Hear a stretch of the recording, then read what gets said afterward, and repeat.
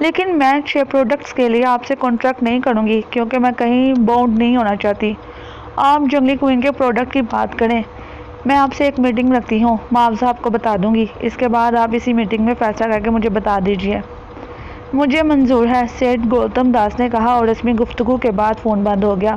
حسن شاہ Caroline کا چہرہ دیکھ رہا تھا۔ کیرولین نے مسکراتے ہوئے کہا، حسن شاہ، یہ وہ شخص ہے جو اپنی ناک پر مکھی نہیں بیٹھنے دیتا۔ میں نے اس سے ایک بہت پرانا بدلہ لیا ہے۔ اس نے بڑے مغرور لہجے میں کہا تھا کہ اس کی کمپنی کے پروڈکٹس کے لیے ماڈل تیار کرنا ہر ایک کی بس کی بات نہیں ہے۔ میں پہلے کوئی ایسی ماڈل تیار کروں جو اس کے معیار پر پوری اترے۔ سترانی نے میرا مان رکھ لیا ہے۔ میں اسی فون کے انتظار میں تھی، اور اب میں اسے جو معاوضہ بتاؤں گی تم اس کے چہرے کے تاثرات دیکھنا ذرا۔ پاگلوں کی طرح میرا چہرہ تکے گا اور میں ایک پیسہ کم نہیں کروں گی۔ اور یہی ہوا۔ جب گوتم داس سے میٹنگ ہوئی تو حسن شاہ کو خاص طور سے کیرولین نے ساتھ رکھا تھا۔ ایک بات بتائیے میڈم، وہ لڑکی آپ کو ملی کہاں سے؟ سیٹھ گوتم داس منڈی والا، وہ ایک ہی ہے، اس کی کوئی اور بہن نہیں ہے، اور جہاں سے وہ مجھے ملی ہے وہاں اس طرح کی لڑکیاں پیدا نہیں ہوتی۔ چنانچہ اگر آپ اس کی تلاش میں نکلیں گے تو آپ کو کچھ حاصل نہیں ہوگا۔ اس کی حال کو بھول کر آپ کام کی بات کیجیے، یہی آپ کے حق میں بہتر ہوگا۔ نہیں، میرا یہ مطلب نہیں تھا، آپ یقین کرو میڈم، میرا یہ مطلب نہیں تھا۔ گوتم داس ایک دم شرمندہ ہو گیا تھا۔ اور پھر میڈم نے سترانی کی ماڈلنگ کے لیے جو رقم بتائی، اسے سن کر گوتم داس کا منہ حیرت سے کھل گیا۔ تھوڑی دیر تک وہ منہ کھولے بیٹھا رہا، پھر بولا، یہ آپ اس کی ماڈلنگ کے پیسے بتا رہی ہیں میڈم، یا اس کے بعد اگر آپ نے اس طرح کا کوئی جملہ کہا مسٹر منڈی والا، تو آپ کو سخت شرمندگی اٹھانا پڑے گی، کیونکہ میں آپ کے ساتھ جو سلوک کروں گی وہ آپ کے تصور سے بھی باہر ہوگا۔ منڈی والا کا چہرہ ایک لمحے کے لیے سرخ ہوا، پھر اس نے کہا، ٹھیک ہے، مجھے آپ کا معاوضہ منظور ہے، ہم لوگ آؤٹ ڈور شوٹنگ کریں گے، میں اسے جنگلی کوئن بنا کر پیش کروں گا، میرا کنسپٹ آپ کے علم میں ہے، اس کے لیے آپ بالکل بے فکر رہیں، آپ نے جنگلی کوئن دیکھ ہی لی ہے۔ کیرولین نے مسکراتے ہوئے کہا، وہ ہے کہاں؟ اب تو میری آپ اس سے ملاقات کروا دیں۔ نہیں، ابھی نہیں، ہمارا کانٹریکٹ سائن ہو جائے، آپ مجھے 50% ایڈوانس پیمنٹ کر دیں، اس کے بعد میں آپ کی سے میٹنگ کروا سکتی ہوں، وہ بہت ریزرو ہے۔ آپ بہت سخت ہو گئی ہیں میڈم کیرولین۔ بالکل نہیں، میں اپنی دریافت سے جو کام لینا چاہتی ہوں سیٹھ صاحب، وہ دراصل بہت بڑے ہیں۔ آپ کی پہلی پروڈکٹ میں جو لڑکی کام کرے گی وہ تھوڑے ہی عرصے کے بعد مس انڈیا اور پھر مس یونیورس ہوگی۔ گوتم داس پرخیال لہجے میں گردن ہلانے لگا۔ ویسے وہ بھی کاروباری آدمی تھا، اس کے لیے یہ بہت بڑا اعزاز تھا کہ اس کے ہم عصروں میں سترانی کے لیے جو بات چیت ہو رہی ہے، اس میں سب سے پہلا شخص وہ ہوگا جس کے پروڈکٹ میں وہ کام کرے گی۔ البتہ اس نے یہ بات ضرور کہی، مگر میڈم ایک بات آپ کو بھی ماننا ہوگی، وہ یہ کہ میری پروڈکٹ سے پہلے آپ کو چاہے کتنا ہی معاوضہ ملے، آپ کسی اور پروڈکٹ میں سے کام نہیں کرنے دیں گی۔ ٹھیک ہے، لیکن کانٹریکٹ اور ایڈوانس جتنی جلدی ہو سکے پے کر دیا جائے۔ ایسا ہی ہوگا، گوتم داس نے گردن ہلاتے ہوئے کہا۔ اس کے بعد یہ میٹنگ ختم ہو گئی۔ حسن شاہ اور کیرولین مسکرا رہے تھے۔ حسن شاہ نے منڈی والا کے جانے کے بعد کہا، آپ یقین کریں میڈم کیرولین، میں آپ پر فخر کرتا ہوں، اس جیسے موذی کو مارنا آسان کام نہیں تھا۔ وہ اندر سے کس طرح تڑپ رہا تھا، میں دیکھ رہا تھا، آپ نے اسے پوری طرح ٹھنڈا کر دیا۔ سترانی تمہاری دریافت ہے حسن شاہ، میں اس کے ذریعے کسے ٹھنڈا کروں گی، دیکھو تو صحیح، کیرولین نے پرخیال لہجے میں کہا۔ نہ جانے اس کے ذہن میں کیا کیا خیالات پک رہے تھے۔ حسن شاہ پرخیال نظروں سے اسے دیکھ رہا تھا، پھر وہ بولا، وہ کہہ رہا تھا کہ اس نے اپنا کانسیپٹ آپ کو سنایا تھا۔ ہاں، اس میں شک نہیں ہے، وہ کانسیپٹ بہت اچھا تھا، سترانی اپنے پہلے ہی کمرشل سے ہٹ ہو جائے گی۔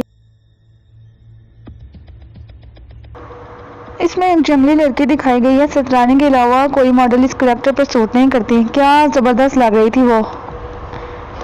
اینا اور شیر نے بھی تسلیم کیا کہ وہ اسے اتنا اچھا گیٹ اپ نہیں دے سکتی تھی جتنا اس نے خود کیا تھا۔ اس نے اتنی سادگی سے وہ میک اپ کیا تھا جتنی وہ ہے، یہی اس میک اپ کی خوبی تھی۔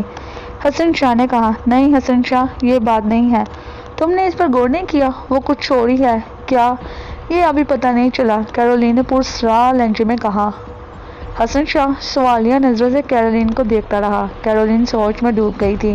کچھ لمحوں کے بعد اس نے کہا، ایسا لگتا ہے جیسے وہ سب کچھ جانتی ہے، حالانکہ عمر کے لحاظ سے وہ اتنی تجربہ کار نہیں لگتی، لیکن جو کچھ وہ کرتی ہے اس پر اسے اعتماد ہوتا ہے۔ تمہیں اس کا سیشن یاد ہے؟ نہیں، ذرا ان تصویروں کو نکال کر دیکھو جو خود تم نے بنائی ہیں، ہر پوز پرفیکٹ ہے، یہ معمولی بات نہیں ہے۔ بے شمار ماڈلز اب بھی ایسی ہیں جنہیں سب کچھ بتایا جاتا ہے، لیکن وہ اسے اس طرح پریزنٹ نہیں کر سکتی۔ حسن شاہ نے پرخیال انداز میں گردن ہلائی، پھر اس نے کچھ دیر کے بعد کہا، لیکن میڈم ہمارے لیے تو یہ اچھا ہے، یہی سب کچھ تو ہم چاہتے ہیں۔ ہاں میں یہ بات نہیں کر رہی، میں صرف یہ کہہ رہی ہوں کہ وہ ایک انتہائی پراسرار وجود ہے۔ بجرنگی نے جو کہانی سنائی ہے، کبھی کبھی مجھے اس پر شک ہونے لگتا ہے کہ وہ کہانی حقیقت نہیں ہے، یہ دونوں کچھ اور ہی ہیں۔ میڈم ابھی تک کوئی ایسی بات سامنے نہیں آئی جو ہمارے لیے کسی شکل میں خطرناک ہو۔ میں یہ بات بالکل نہیں کہہ رہی، اگر ایسی کوئی بات سامنے آئے بھی تو ہم اس کا ڈیفنس کریں گے، مجھے اس کی اشد ضرورت ہے۔ اب تم دیکھو نا گوتم داس جی کس طرح جھک گئے ہیں، حالانکہ یہ وہ شخص ہے جو ناک پر مکھی نہیں بیٹھنے دیتا۔ کاروباری آدمی ہے میڈم، یہ لوگ اسی طرح ڈیل کرتے ہیں۔ سترانی دونوں کے لیے بڑی سنسنی خیز بن گئی تھی۔ ادھر گوتم داس بہت زیادہ متاثر ہو گیا تھا، کاروبار کی دنیا میں بہت بڑا نام تھا، لیکن اس کی یہ خوبی تھی کہ جو کام بھی کرنا چاہتا اسے ہر قیمت پر کر کے رہتا تھا۔ سترانی اس سے بہت بھائی تھی، چنانچہ فوراً اسے تمام تیاریاں کی اور اس سلسلے میں کاغذی کارروائی مکمل کی۔ اب اس کا شدید مطالبہ تھا کہ کیرولین کام شروع کر دے۔ کیرولین نے اس سے 3 دن کا وقت مانگا تھا، اس میں اسے تیاریاں مکمل کر لینی تھی، کوئی بڑی کھیچ بھی نہیں تھی، ڈریس وغیرہ تیار کروا لیے گئے تھے، بجرنگی بھی کام کے لیے تیار تھا، وہ اپنے دونوں کام کر چکا تھا۔ گربچن کو اس نے وہ چرخا لگایا تھا کہ گربچن تڑپ کر رہ گیا تھا، کوئی اور عمل ہوتا تو شاید بجرنگی کو وہ لطف نہ آتا جو اب آ رہا تھا۔ دوسرا دشمن بھی ختم ہو گیا تھا، لیکن اب رادھکا کی تلاش میں اس کے لیے زندگی کا سب سے بڑا کام تھا، اور وہ ان لوگوں سے اسی لیے بھرپور تعاون کر رہا تھا کہ رادھکا کی تلاش کے سلسلے میں انہوں نے اچھی خاصی مہم چلا رکھی تھی۔ آخرکار کیرولین نے تیاریاں مکمل کر لی، وہ لوکیشن بھی تلاش کر لی گئی جہاں سترانی پر کچھ مناظر شوٹ کرنے تھے۔ اسے ایک جنگلی لڑکی کا کردار ادا کرنا تھا جو جنگل کی باسی ہے اور رنگ برنگے پرندے اس سے پیار کرتے ہیں، یہ پرندے اس کے سارے بازو اور گود میں آ کر بیٹھ جایا کرتے ہیں۔ اس سلسلے میں کچھ لوگوں کی خدمات حاصل کی گئی تھی جو ان پرندوں کو ٹرین کر رہے تھے۔ یہ واقعی ایک بہت مشکل کام تھا جو ان لوگوں کو کرنا تھا۔ پرندے آزاد فضا میں پہنچ جائیں تو بھلا کس کی کیا پرواہ کریں، لیکن کچھ چیری ماروں نے یہ کام قبول کر لیا کرنا اور دعویٰ کیا تھا کہ وہ اپنے تربیت شدہ پرندوں کو سترانی کے جسم پر بیٹھنے کے لیے تیار کر لیں گے۔ کیرولین نے بھی اس سلسلے میں گوتم داس سے بات کی تھی اور کہا تھا، سیٹھ صاحب جی میں نے آج تک صرف انسانوں سے کام لیا ہے، پرندوں کا مسئلہ آپ ہی کو حل کرنا ہوگا۔ امید تو ہے کیرولین جی کہ جن لوگوں کو میں نے اس کام پر لگایا وہ ہمارا یہ کام ضرور کر دیں گے، پھر بھی دیکھتے ہیں کیا ہوتا ہے، اپنی جیسی کوشش تو کر لیتے ہیں۔ پرندے اگر اس کے بدن پر آ کر نہ بھی بیٹھے تب بھی ہم انہیں اس کے آس پاس اڑا دیں گے اور اس سے اسکرپٹ کے مطابق کام لیں گے۔ وہ جگہ جہاں پہ شوٹنگ کی جائیں تھی بہت ہی خوبصورت جنگل تھا اور آس پاس کے مناظر انتہائی حسین تھے۔ ایک جھرنا تھا جو بلندی سے نیچے گرا تھا۔ پورا یونٹ مختلف گاڑیوں میں چل پڑا اور سفر کرتا ہوا جنگل میں پہنچ گیا۔ ایسی جگہوں کو دیکھ کر سترانی کی آنکھوں کی روشنی کچھ اور بڑھ جاتی تھی اور وہ بہت ہی مسرور نظر آنے لگی۔ ساری تیاریاں کی جانے لگی، کیمرے وغیرہ لگا دیے گئے۔ حسن شاہ ان تمام معاملات میں پیش تھا۔ رنگ برنگے پرندے لائے گئے اور ان کے ٹرینرز ان کے بارے میں تجربات کرنے لگے۔ پرندوں کو کھولا جاتا تو وہ 2-3 لمحے اڑتے اور اس کے بعد ایسے رفو چکر ہو جاتے کہ ان کا نام و نشان نہ ملتا۔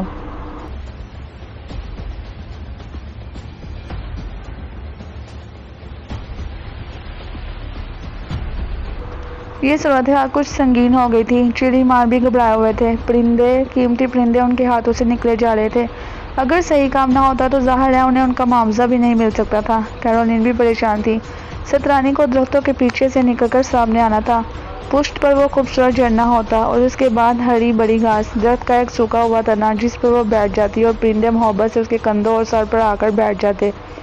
کیرولین نے گوتم داس سے کہا، آپ دیکھ رہے ہیں گوتم جی؟ ہاں میڈم دیکھ رہا ہوں، اب اور کچھ نہیں کیا جا سکتا سوائے اس کے کہ پرندوں کو اڑایا جائے اور کچھ ایسی فضا پیدا کی جائے کہ 1-2 منٹ وہ اس کے ارد گرد اڑتے رہے اور یہ مسکرا کر انہیں دیکھتی رہے، اس کی طرف ہاتھ بڑھاتی رہے، بس یہی ہو سکتا ہے، اس کے بعد ہم اپنی پروڈکٹ کا کام شروع کر دیں گے۔ ہاں حسن شاہ یہ منظر تمہیں شوٹ کرنا ہوگا، جتنا قریب سے قریب تک دکھا سکتے ہو دکھاؤ۔ جی میڈم میں کر رہا ہوں، حسن شاہ نے جواب دیا۔ بجرنگی ایسے اوقات میں خاموش تماشائی بنا رہتا تھا، وہ بیچارہ ان تمام باتوں کو سمجھتا ہی نہیں تھا۔ بہرحال اتنا ضرور جانتا تھا کہ کیرولین اور حسن شاہ اس کے لیے جو کچھ کر رہے ہیں وہ اس کے مقصد کی تکمیل کے لیے ہے۔ دلیپ سنگھ کا مسئلہ بھی ان لوگوں کی وجہ سے حل ہو گیا تھا اور اسے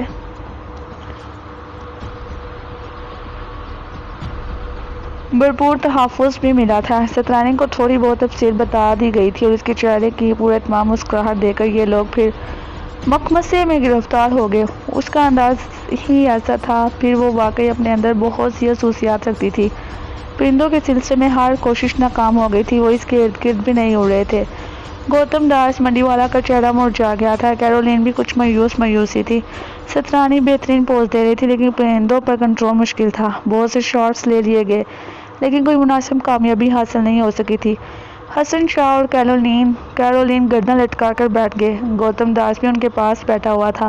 سترانی بھی مسکراتے ہوئے ان کے پاس پہنچ گئی۔ بابا بجرنگی، یہ لوگ پریشان کیوں ہیں؟ اس نے بجرنگی کی طرف دیکھا جو ان کے قریب ہی بیٹھا ہوا تھا۔ پتہ نہیں کیا ہو رہا ہے، میں یہ سب نہیں جانتا، بجرنگی نے جواب دیا۔ حسن شاہ کہنے لگا، سترانی تم اگر کچھ کر سکتی ہو تو کرو، کیا تم ان پرندوں کو قابو میں کر سکتی ہو؟ مجھے کرنا کیا ہے؟ کاش یہ پرندے تمہارے کندھوں اور سر پر آ کر بیٹھ جائیں۔ ہمارا سین یہی ہے، تم ان سے کھیلو، ہنسو، مسکراؤ، اور اس طرح ہم تمہیں جنگلی کوئین اور پرندوں کی رانی کے طور پر پیش کر سکتے ہیں۔ سترانی کھلکھلا کر ہنس پڑی۔ بس، اس نے بڑی ادا سے گردن ٹیڑھی کر کے کہا۔ تم یہ کر سکتی ہو سترانی؟ حسن شاہ بولا، مجھے بیٹھنا ہے یا چلتے رہنا ہے؟ جس طرح تم پسند کرو، بیٹھ کر یہ سین کرنا چاہو تو بیٹھ کر کرو، اور پرندوں کے ساتھ کھیل کر سکتی ہو تو کھیلو۔ سترانی نے گردن ہلائی اور درخت کے سوکھے ہوئے تنے پر جا کر بیٹھ گئی۔ وہ سب امید بڑی نظروں سے اسے دیکھنے لگے۔ حسن شاہ اور کیرولین کو تو اس کی پراسرار قوتوں کا تھوڑا بہت احساس تھا، لیکن گوتم داس اس سلسلے میں بالکل مایوس تھا۔ سترانی نے کچھ دیر کے لیے آنکھیں بند کر لیں۔ وہ آنکھیں بند کیے شاید اپنے ذہن میں کوئی عمل دہرا رہی تھی۔ اس کے بعد جو کچھ ہوا وہ جادوگری ہی کہی جا سکتی تھی۔ پرندے جو چڑی مار لے کر آئے تھے نہ جانے کہاں کھو گئے تھے، لیکن اچانک ہی رنگ برنگے پرندوں کے گول سمٹ کر اس طرف آنے لگے۔ سب سے پہلے تو کیرولین کی نگاہ اس طرف آنے والے پرندوں پر پڑی تھی۔ اس کا منہ حیرت سے کھل گیا تھا۔ اس کے بعد حسن شاہ نے دوسرے لوگوں نے بھی ان پرندوں کو دیکھا۔ رنگ برنگے اتنے حسین پرندے تھے کہ دیکھ کر دل خوش ہو جاتا تھا۔ لمحوں کے اندر وہ سترانی کے پاس پہنچ گئی، اور پھر وہ سترانی ان پرندوں سے ٹک گئی تھی۔ وہ اس کے کندھوں سر گود میں آ کر بیٹھ رہے تھے اور ان سے اتنی محبت کا اظہار کر رہے تھے کہ دیکھنے والی آنکھ ششدر رہ جائے۔ سترانی انہیں ہنس کر اڑا رہی تھی۔ وہ اڑتے اور پھر اس کے ارد گرد بیٹھ جاتے۔ اچانک ہی سترانی اپنی جگہ سے اٹھی اور اس کے بعد دوڑنے لگی۔ پرندے اس کے ساتھ اڑ رہے تھے۔ حسن شاہ اور دوسرے کیمرہ مین یہ مناظر شوٹ کر رہے تھے۔ گوتم داس زمین پر بیٹھ گئے تھے۔ ان کے لیے یہ ناقابل یقین منظر تھا۔ وہ خواب میں بھی نہیں سوچ سکتے تھے کہ جو کنسپٹ ان کے ذہن میں نہ جانے کب سے گردش کر رہا تھا وہ اس طرح منظر عام پر آ جائے گا۔ سترانی پرندوں سے کھیل رہی تھی اور پرندے اس طرح گوتے لگا رہے تھے، اس کے کندھوں پر آ کر بیٹھ رہے تھے کہ جیسے وہ سچ مچ ان کی رانی ہو۔ سترانی کے مترنم کہکے بھی گونج رہے تھے۔ کبھی کبھی وہ کسی پرندے کو اپنے دونوں ہاتھوں میں پکڑتی اور جھنجھلاہٹ کا اظہار کر کر اسے فضا میں اچھال دیتی، لیکن پرندہ پھر واپس اسی جگہ آ کر بیٹھ جاتا۔ تصور سے کئی زیادہ خوبصورت انداز میں یہ مناظر شوٹ ہوئے اور اس کے بعد کیمرے بند ہو گئے۔ کام مکمل ہو چکا تھا، لیکن پرندے تھے کہ پوری محبت کے ساتھ سترانی سے چمٹے ہوئے تھے۔ اچانک ہی سترانی کے منہ سے آوازیں نکلنے لگی، بالکل اس طرح جیسے کوئل کوک رہی ہو یا چڑیا چہک رہی ہو۔ پرندے آہستہ آہستہ اس کے بدن سے ہٹنے لگے۔ سترانی کا انداز تھکا سا تھا۔ پھر تھوڑی دیر کے بعد یہ پرندے واپس فضا میں چلے گئے اور تمام لوگ حیرت سے منہ پھاڑے اسے دیکھتے رہے ہیں، یہاں تک کہ آخری پرندہ بھی اڑ گیا۔ تھکا دیا انہوں نے تو مجھے بابا بجرنگی، سترانی نے کہا، لیکن بجرنگی بھی خاموش تھا۔ سترانی اس کی گود میں پلی بڑی تھی۔ اس کی زندگی کا پہلا دن بجرنگی کے سامنے تھا۔ وہ یہ نہیں جانتا تھا کہ اس کے اندر یہ پراسرار قوتیں کہاں سے آ گئی تھی۔ پھر سب سے پہلے گوتم داس کو ہوش آیا۔ وہ زمین سے اٹھ کر دوڑتا ہوا کیرولین کی طرف لپکا۔ کیرولین نے ہنس کر دونوں ہاتھ سامنے کر دیے۔ بس گوتم جی، بس زیادہ جذباتی نہ ہو۔ یہ کیا ہو گیا؟ یہ کیسے ہو گیا؟ یہ کیا کام دکھایا آپ نے میڈم جی؟ یہ لڑکی پرندے کان سے آگے اس کے پاس۔ میڈم جی، کیا ایسا سین کبھی کسی پروڈکٹ میں ہو سکتا ہے؟ کوئی اور یہ سین پیش کر سکتے ہیں؟ میری تو لاٹری نکل آئی ہے۔ کتنا بڑا کام ہوا ہے میں آپ کو بتا نہیں سکتا کیرولین جی، جو مانگو گی دوں گا۔ آپ میری عادت جانتی ہیں، کوئی کام میری مرضی کا ہو جائے تو پیسے کے بارے میں کبھی نہیں سوچتا، پر آپ میرے کو یہ بتا دو کہ یہ ہوا کیسے؟ ہو گیا نا گوتم داس جی، ہو گیا نا۔ میری بات مان لو، میرے 6 پروڈکٹ پورے کر دو۔ اس وقت تک اسے کسی اور کے ساتھ کام نہ کرنے دینا۔ بات کر لیں گے گوتم داس جی، بات کر لیں گے۔ آپ تو ہمیں گھاس ہی نہیں ڈالتے تھے۔ بابا 10 دفعہ کان پکڑنے کو تیار ہوں اور یہ معاہدہ آپ سے کرنے کو تیار ہوں کہ اب میرے جتنے بھی پروڈکٹ ہوں گے وہ آپ ہی کریں گی۔ ٹھیک ہے گوتم داس جی، معاہدہ کر لیں گے۔ کیرولین بار بار آنکھیں پھاڑ کر سترانی کو دیکھنے لگی تھی، جو اب بڑی معصومیت کے ساتھ پاؤں پھیلائے گھاس پر بیٹھی آرام کر رہی تھی۔ بجرنگی بھی اس سے کچھ فاصلے پر تھا۔ گوتم داس اچھلتا پھر رہا تھا۔ باقی سارے لوگ بھی حیرانی سے سترانی کے بارے میں باتیں کر رہے تھے۔ ایک بار پھر حسن شاہ اور کیرولین اکٹھے ہو گئے تھے۔ حسن شاہ، تم نے دیکھا؟ ہاں میڈم۔ میں تم سے ایک بات کہوں؟ بڑا جدید زمانہ ہے اور حالات بے پناہ بدل گئے ہیں، لیکن میرا دل یہ کہہ رہا ہے کہ یہ جادوگری ہے۔ وہ عام لڑکی نہیں، اس کی آنکھوں میں جو سحر ہے وہ زمانہ قدیم کی روایتی جادوگریوں جیسا ہے۔ میری سمجھ میں نہیں آتا حسن شاہ کہ میں کیا کروں۔ یار کہیں ایسا نہ ہو کہ کسی موقع پر اس کی جادوگری ہمیں کوئی نقصان پہنچا دے، وہ ہم سے کبھی ناراض نہ ہو جائے۔ ہر کام کے لیے کوشش کی جاتی ہے میڈم، ہم کوشش کریں گے کہ یہ دونوں ناراض نہ ہونے پائیں، اور میں تمہیں بتاؤں ہمیں اس کی سیکیورٹی بہت زیادہ سخت کرنا پڑے گی۔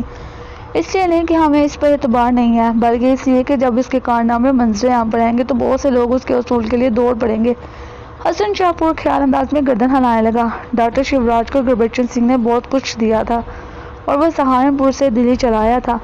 بہت اعلیٰ خاندان سے تعلق رکھتا تھا، کسی عمر میں انگلینڈ چلا گیا تھا، وہاں تعلیم حاصل کی اور پھر وہیں رہائش پذیر ہو گیا، لیکن اس کے اہل خاندان اب بھی ہندوستان اور خاص طور سے دلی میں موجود تھے۔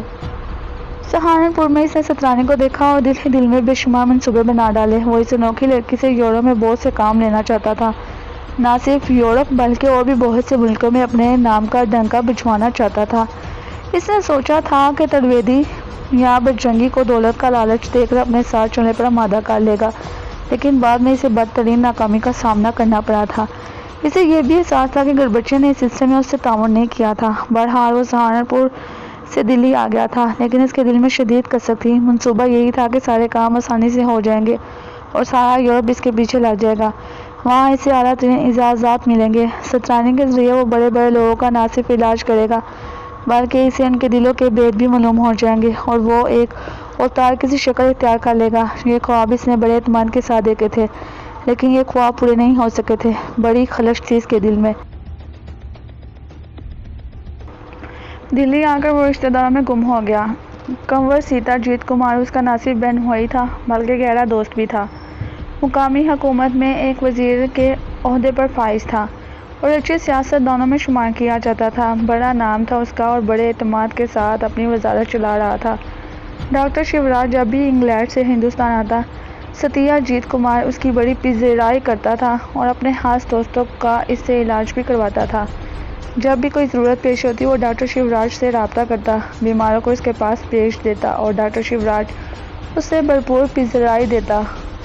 ستیہ جیت کمار کی انتہائی اعلیٰ درجے کی کوٹھی دریائے جمنا کے کنارے تھی اور آس پاس کے حسین مناظر خود ڈاکٹر شیوراج کو بہت زیادہ پسند تھے، چنانچہ وہ زیادہ تر یہیں قیام کرتا تھا۔ لیکن بہرحال دوسرے عزیز بھی تھے، البتہ اس بار وہ واپس آیا تو بہت کھویا کھویا سا تھا۔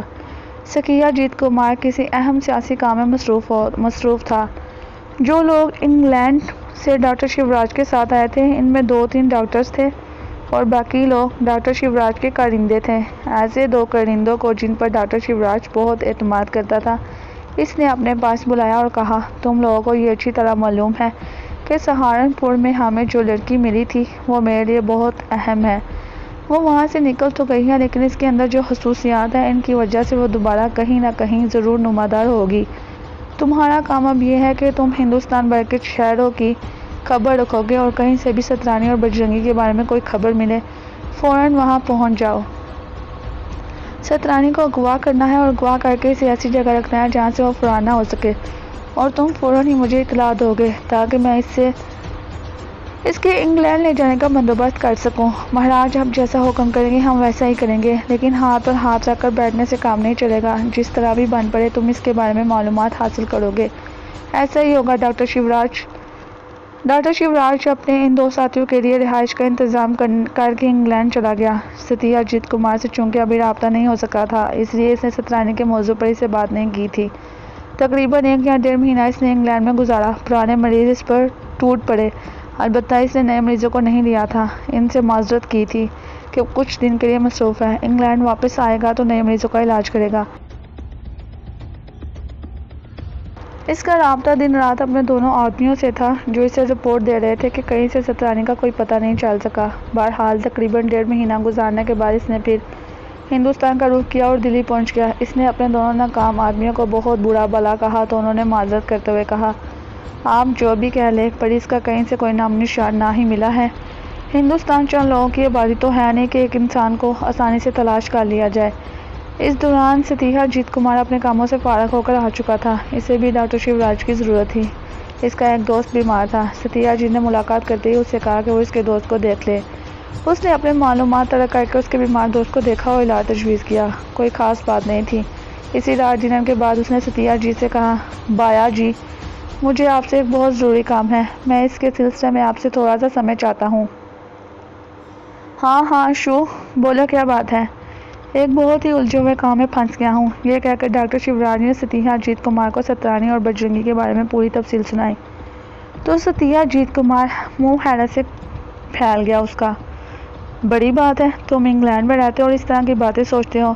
میں نے تو ایسی کسی لڑکی کے بارے میں نہیں سنا۔ ہاں، ہمارے ہندوستانی ناگ رانی، ناگ منی، وش کنیا اور گرجنی جیسی فلمیں بناتے رہتے ہیں جن میں اس طرح کی مفوق الفطرت کہانیاں دکھائی جاتی ہیں۔ میں جانتا تھا بایا جی، پہلے آپ تقریر کریں گے چونکہ آپ لوگوں کو تقریر کی بہت عادت ہوتی ہے۔ اگر آپ یورپ کے مانے ہوئے ڈاکٹر شیوراج کو پاگل نہیں سمجھتے تو یقین کر لیجیے یہ ساری باتیں سچ ہے اور میں بلا وجہ ادھر سے ادھر مارا نہیں پھر رہا۔ یہ سنی سنائی کہانی نہیں ہے بلکہ میں نے آنکھوں سے سب کچھ دیکھا ہے۔ وہ زہریلی ہے؟ ستیہ اجیت کمار کو اب دلچسپی پیدا ہو گئی تھی۔ ہاں، میں کہتا ہوں اس کا زہر سائنائڈ سے زیادہ تیز ہے۔ صرف کسی چیز کو ہاتھ لگا دیتی ہے تو وہ شدید زہریلی ہو جاتی ہے۔ ابھی تو پانے کی حد تک اس کا تجزیہ کیا گیا ہے۔ میں اسے اتنے بڑے بڑے کام لے سکتا ہوں کہ یورپ حیران ہو کر رہ جائے گا۔ تمہیں اس کے بارے میں کیا بتاؤں؟ ستیہ اجیت کمار پر خیال نگاہوں سے ڈاکٹر شیوراج کو دیکھ رہا تھا۔ اس نے آنکھیں بند کر کے گردن ہلاتے ہوئے کہا، بہت عجیب ہوگا یہ سب کچھ میرے لیے۔ اگر وہ دوبارہ ہماری نگاہوں کے سامنے آ جائے، وہ ہندوستان میں ہی ہے۔ اس کا بس ایک ہی ساتھی ہے جسے وہ بابا بجرنگی کہہ کر پکارتی ہے۔ وہ جوگی ٹائپ آدمی ہے اور یہی بتاتا ہے کہ سترانی جنگلوں میں ناگوں اور پرندوں کے درمیان پلی ہے، اسی لیے وہ وش کنیا بن گئی ہے۔ تم نے بھی اسے اپنی آنکھوں سے دیکھا ہے نا؟ نہ صرف دیکھا ہے بلکہ اس کے زہر کا تجزیہ بھی کیا ہے۔ کیا وہ خوبصورت بھی ہے؟ ایسی ویسی انسانی نگاہ سے ایک بار دیکھے تو کبھی نہ بھول سکے۔ کہاں ہے وہ؟ کیا میں اسے دیکھ سکتا ہوں؟ ستیہ اجیت کمار نے کہا۔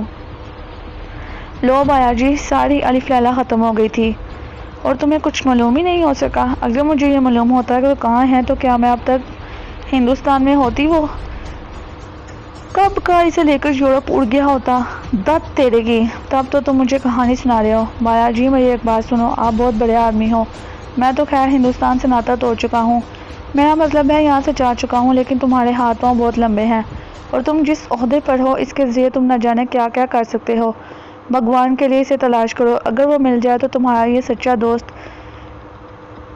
جیون کا سب سے بڑا سامان پا لے گا۔ مگر غائب کہاں ہو گئی ہے وہ؟ میں نے کہا نا، سہارنپور سے چلے گئی تھی، اس کے بعد پتہ نہیں کہاں گئی، کچھ پتہ نہیں چلتا۔ اچھا، ایک بات فرض کرو، بتاؤ ذرا مجھے، وہ تمہیں مل جاتی ہے تو تم اسے انگلینڈ کیسے لے جاؤ گے؟ سوچ چکا ہوں، اس بارے میں تھوڑے سے انتظامات بھی کر چکا ہوں۔ کیا مجھے بتاؤ گے؟ میں اسے ایک پاگل مریضہ کی حیثیت سے باہر لے جاؤں گا۔ کچھ دن کے لیے اسے پاگل کر دینا میرے بائیں ہاتھ کا کھیل ہوگا۔ میرے پاس اس قسم کی دوائیں موجود ہیں جو انسانوں سے اس کا ذہنی توازن چھین لیں، لیکن ایک حد تک۔ ارے یہ تو بہت بڑا عجیب معاملہ ہے۔ خیر، دیکھیں گے، تم کافی خطرناک ہو چکے ہو شیوراج۔ مجھے اس لڑکی نے پاگل کر دیا، وہ میرا سنہرا مستقبل ہے۔ اگر مجھے مل جائے تو مزے آ جائیں گے۔ چلو ٹھیک ہے، مل کر کچھ کرتے ہیں، ستیہ اجیت کمار نے کہا۔ یہ ساری داستان اس کے لیے کوئی حیثیت نہیں رکھتی تھی اگر ایک عجیب و غریب واقعہ پیش نہ آ جاتا۔ شیوراج اپنے آدمیوں کے ساتھ مل کر بڑی تندہی سے سترانی کو تلاش کر رہا تھا۔ پھر اس دن ستیہ اجیت کمار کے ساتھ بیٹھا ٹی وی دیکھ رہا تھا کہ ایک کمرشل اس کی نگاہوں کے سامنے سے گزرا۔ وہ ایک خوبصورت لڑکی تھی جس نے انتہائی عجیب سا لباس پہنا ہوا تھا اور ٹھٹکتی کھیلتی ایک جھرنے کی طرف آ رہی تھی۔ جھرنے پر آ کر وہ ایک درخت کے سوکھے تنے پر بیٹھ گئی اور اس نے مسکرا کر آسمان کی طرف دیکھا تو بے شمار پرندے اس کی جانب دوڑ پڑے اور پھر پرندوں کا یہ گول اس کے ساتھ بازو اور گود میں جا بیٹھا، اس کے ساتھ کھیلنے لگی۔ اٹھ کر بھاگتی تو پرندے اس کے پیچھے دوڑتے، رکتی تو وہ سب کے سب رک جاتے، واپس پلٹ پڑتے۔ انہی اٹکلیوں میں پرندوں کے ایک گول نے اس پر حملہ کیا تو بہت ہی خوبصورت رنگین لون کی شکل اختیار کر گیا اور وہ لڑکی اس لون میں لیٹ گئی اور اس کے رنگ بدلتے رہے۔ اس کے بعد اس کمپنی کا اشتہار سامنے آیا جو یہ لون بناتی تھی۔ ستیاجیت کمار نے سامنے رکھے ہوئے گلاس کا مشروب اپنے حلق میں انڈیل کر ڈاکٹر شیوراج کی طرف دیکھا تو اسے عجیب جاگنے کی سی کیفیت میں پایا۔ ارے تمہیں کیا ہوا خیریت؟ اس نے گھبرا کر کہا۔ یہ کمرشل دیکھا تم نے؟ ہاں بے حد خوبصورت ہے اور ماڈل لڑکی بھی گزب کی ہے، لیکن کیا تمہاری یہ کیفیت کمرشل دیکھ کر ہوئی ہے؟ ہاں۔ کیوں؟ ستیاجیت نے پوچھا۔ کیونکہ یہ وہی لڑکی ہے، شیوراج گھٹی گھٹی آواز میں بولا، اور ستیاجیت اس کی بات سمجھنے کی کوشش کرنے لگا، پھر شدید حیرانی سے بولا، سترانی؟ ہاں۔ مائی گاڈ، اسے ماڈل کس نے بنا دیا اور کتنا خوبصورت کمرشل بنایا ہے اس نے۔ میں کیا کہوں اس کے بارے میں؟ تم سے میرا بہت گہرا رشتہ ہے، بہنوئی کا بھی اور دوستی کا بھی۔ تم یہ سمجھو کہ اگر یہ لڑکی تمہاری کوششوں سے مجھے مل گئی تو مجھے بہت بڑا مقام مل جائے گا اور میں تمہارا یہ احسان کبھی نہیں بھولوں گا۔ ہندوستان میں ویسے تو بہت شناسائی ہیں میرے، لیکن جو کام تم میرے لیے کر سکتے ہو وہ کوئی نہیں کر سکتا۔ ستیاجیت پرخیال نگاہوں سے ڈاکٹر شیوراج کو دیکھ رہا تھا۔ اس کی آنکھوں کے رنگوں میں کچھ تبدیلی پیدا ہو گئی تھی، اس کی خاموشی بھی کچھ زیادہ ہی طویل ہو گئی تھی۔ پھر اس نے کہا، ہاں بالکل، میں یقیناً کوشش کروں گا، پر ذرا اس کے بارے میں کچھ اور بتاؤ۔ کوئی غلط فہمی تو نہیں ہو گئی تمہیں؟ بالکل نہیں۔ تم یہ سمجھو کہ پچھلے دنوں میں اسی جنون کا شکار رہا ہوں کہ جس طرح بھی بن پڑے میں اسے اپنے ساتھ انگلینڈ لے جاؤں۔ مجھے امید نہیں تھی کہ مجھے اتنی ساری الجھنوں کا سامنا کرنا پڑے گا، لیکن حالات بہت عجیب رخ اختیار کر گئے ہیں۔ پتہ نہیں یہ معصوم اور سادہ سی لڑکی کس ایڈورٹائزمنٹ کمپنی کے ہاتھ کیسے لگ گئی ہے۔ ہاں ایسا ہی ہوتا ہے، ستیاجیت کوئی لہجے میں بولا تو ڈاکٹر شیوراج چونک پڑا، کس سوچ میں گم ہو؟ نہیں، میں حیران ہوں بس۔ تم نے تو مجھے اس کے بارے میں عجیب و غریب کہانیاں سنائی ہیں کہ زہریلی ہے، وش کرنے اس کی نس نس میں زہر بڑا ہے۔ اگر ایسی بات ہے تو یہ ایک نارمل زندگی کیسے گزار رہی ہے؟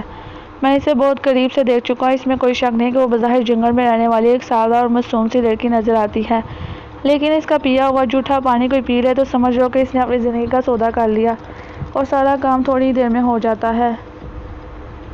بڑی عجیب سی بات ہے، ٹھاکر گربچن سنگھ کا بھائی جگن راج ایک ایسے زہریلے پھل کا شکار ہو گیا تھا جو بدن میں کیڑے پیدا کر دیتا تھا۔ خون کے سرخ ذرات انلارج ہو کر زہریلے کیڑوں کی شکل اختیار کر جاتے ہیں، اور بظاہر میڈیکل ہسٹری میں اس کا کوئی علاج نہیں ہے سوائے موت کے۔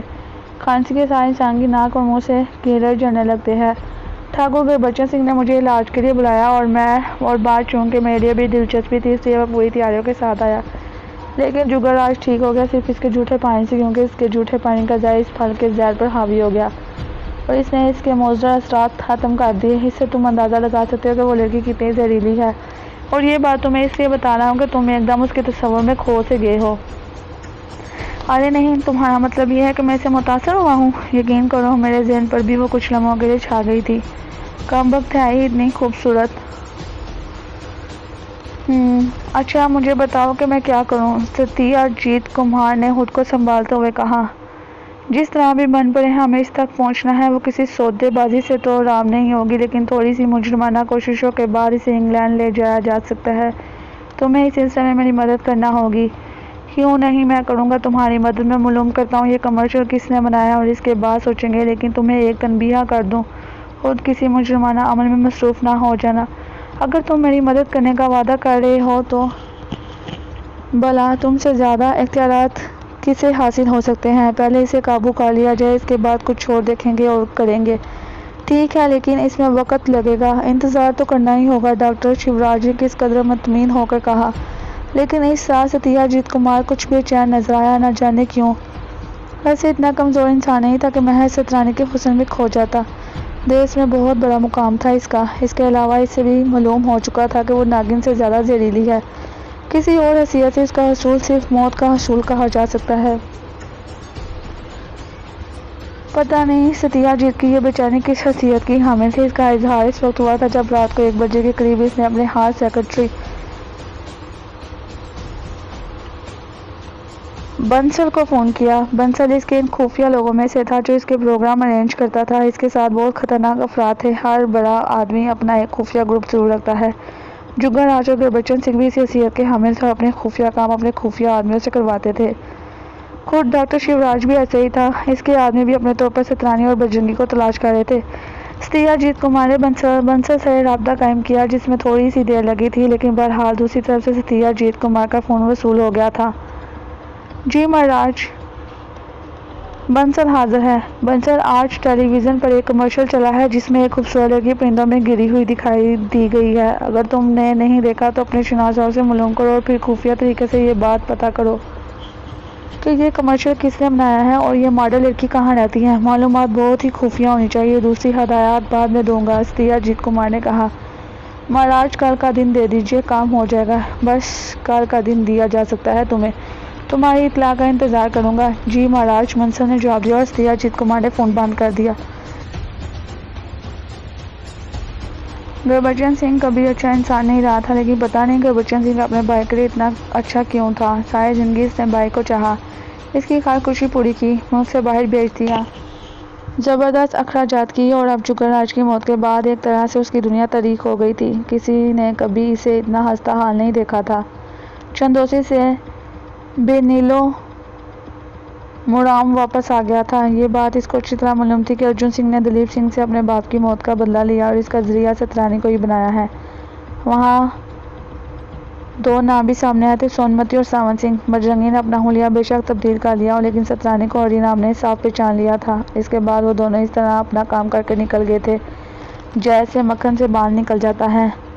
کوئی کوشش کارگر نہیں رہی تھی اور گربچن سنگھ ہاتھ ملتا رہ گیا، لیکن اس کا عہد تھا کہ جب تک وہ زندہ ہے وہ انتقام لیے بغیر نہیں رہے گا۔ چنانچہ اب وہ واپس سہارنپور آ گیا تھا، تقریباً گوشہر نشینی کی زندگی گزار رہا تھا کہ اس دن صبح ہری رام اس کے پاس پہنچ گیا۔ مہاراج، یہ آپ کے لیے کچھ سوغات لایا ہوں، ہری رام نے کہا۔ گربچن سنگھ گسیلی نگاہوں سے اسے دیکھنے لگا، پھر غضبناک لہجے میں بولا، موت تو تیری اسی سمے آنی چاہیے تھی جب تو نے بڑی بے غیرتی کے ساتھ مجھے خبر دی تھی کہ دلیپ سنگھ ختم ہو گیا ہے اور بجرنگی کا کوئی پتہ نہیں ہے، جبکہ تو نے سترانی کو وہاں دیکھا تھا۔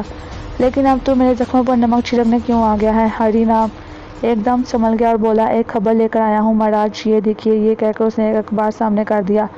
اخبار میں رادھیکا کی تصویر چھپی تھی اور اس کے بارے میں اطلاع دینے والے کے لیے انعام کا اعلان بھی کیا گیا تھا۔ وہ جگہ بھی بتائی گئی تھی جہاں اطلاع دینی ہے۔ یہ ایک ایڈورٹائزمنٹ کمپنی کا نام تھا جس کے مالک میڈم کیرولین تھی۔ گربچن سنگھ خبر پڑھتا رہا، پھر اس نے عجیب سی نگاہوں سے ہری رام کو دیکھا اور بولا، گووند داس کہاں ہے؟ باہر ہوگا مہاراج، ہری رام نے جواب دیا۔ جا بلا کر لا اسے، گربچن سنگھ بولا اور ہری رام برا سا منہ بنا کر باہر نکل گیا۔ اس پر توجہ دینے کے بجائے گووند داس کو بلایا گیا تھا، جبکہ ہری رام ہر کام میں پیش رہا تھا۔ بہرحال وہ گووند داس کے ساتھ واپس آ گیا۔ گووند داس، تم نے یہ اخبار دیکھا؟ کیسا اخبار؟ نہیں مہاراج، گووند داس نے کہا، اور گربچن سنگھ نے اخبار گووند داس کی طرف بڑھا دیا۔ گووند داس، اس نے پوری خبر دیکھی جو رادھیکا کی تصویر کے ساتھ تھی۔ خبر پڑھنے اور تصویر دیکھنے کے بعد اس نے سوالیہ نگاہوں سے گربچن سنگھ کو دیکھا تو گربچن سنگھ بولا، ہمیں بجرنگی اور سترانی کا پتہ مل گیا ہے، یہ رادھیکا کی تصویر ہے، ارجن سنگھ یا بجرنگی کی بہن، پتہ نہیں کمبخت بجرنگی نے تصویر کہاں سے حاصل کی۔ بہرحال مجھے میرے بھائی کے قاتلوں کا پتہ چل گیا ہے، اب ہمیں ان کے گرد ایسا جال بچھانا ہے کہ کسی طرح وہ ہمارے جال سے نہ نکل سکیں۔ گووند داس اس سوچ میں ڈوب گیا۔ گربچن اسے دیکھتا رہا، پھر بولا، اس بار وہ بچ کر نہیں نکل سکتا، میں دیکھوں گا وہ کتنا چالاک ہے، گنڈوں کی پوری فوج اس پر لگا دوں گا، چیتھڑے اڑا دوں گا اس کے۔ ایک منٹ مہاراج، آپ نے یہ خبر دیکھی ہے؟ اس میں کہیں بھی بجرنگی کا نام نہیں ہے۔ آپ کیسے کہہ سکتے ہیں کہ یہ خبر بجرنگی نے ہی چھپوائی ہے؟ تو پاگل پن کی باتیں کرنے لگا ہے گووند، بجرنگی کے علاوہ اور کسے رادھیکا سے غرض ہو سکتی ہے؟ گربچن نے گسیلے لہجے میں کہا۔ بالکل ٹھیک مہاراج، مگر کیا بجرنگی اتنا عقل مند ہو گیا ہے کہ اخبار میں ایسی خبر چھپوا سکے، 5 لاکھ کا انعام دے سکے؟ اتنی بڑی رقم اس کے پاس کہاں سے آ گئی؟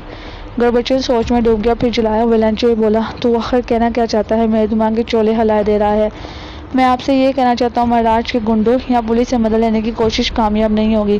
اگر آپ بڑے سے بڑا پولیس افسر بھی بلا لیں گے تب بھی آپ کے پاس کوئی ثبوت نہیں ہے کہ جگن مہاراج اور سترانی کے وش کا شکار ہوئے ہیں۔ ایک لمبا کھیل شروع ہو جائے گا، پولیس زیادہ سے زیادہ ان لوگوں کو پکڑ لے گی، پھر ثبوت نہ ملنے پر چھوڑ دے گی، کام ہوا، ایسا جو پائیدار ہو۔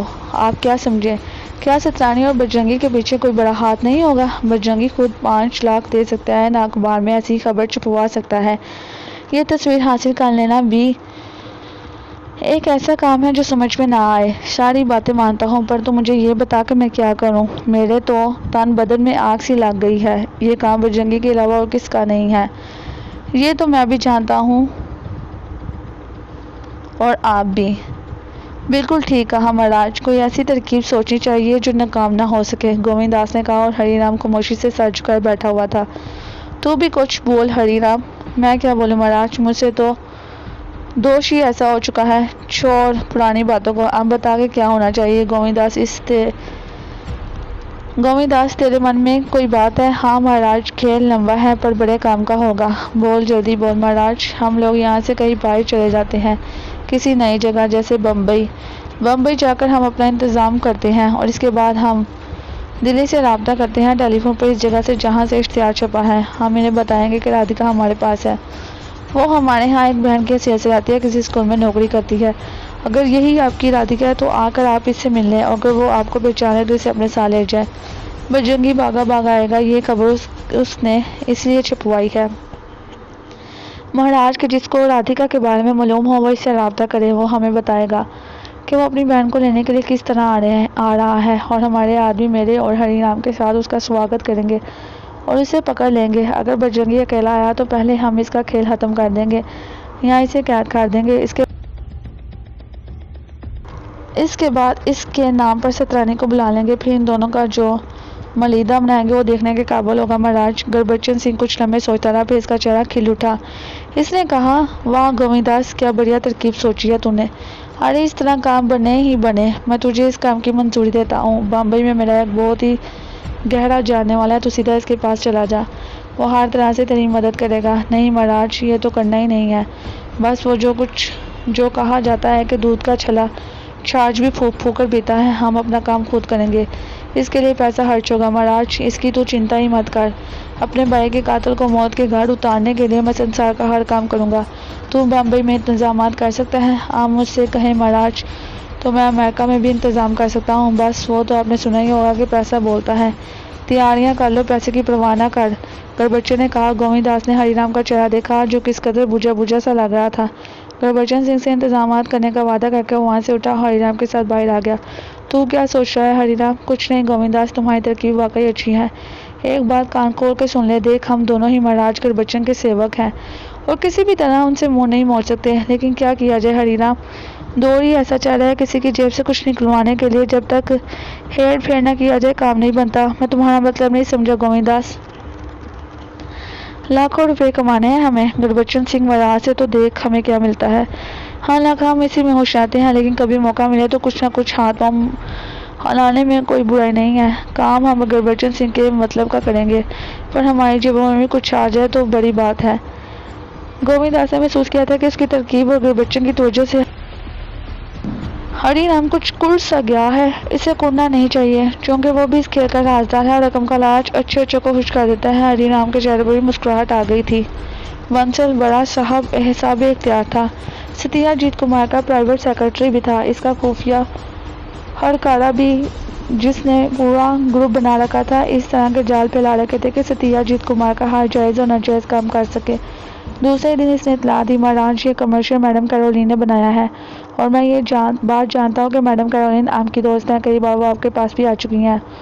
ہاں سمجھ گیا، یہ کمرشل گوتم داس منڈی والا کے پروڈکٹ کا ہے۔ مجھے یاد آ گیا کہ ابھی چند روز پہلے ہی کیرولین کی طرف سے مجھے دعوت نامہ موصول ہوا تھا، وہ کوئی فیشن شو کر رہی تھی، ایک دو بار میں اس کے پروگرام میں شریک ہوا ہوں۔ اپنی عالیشان کوٹھی پر وہ غضب کے پروگرام کرتی ہیں، لیکن ہمیں سوچ سمجھ کے ہر جگہ جانا ہوتا ہے۔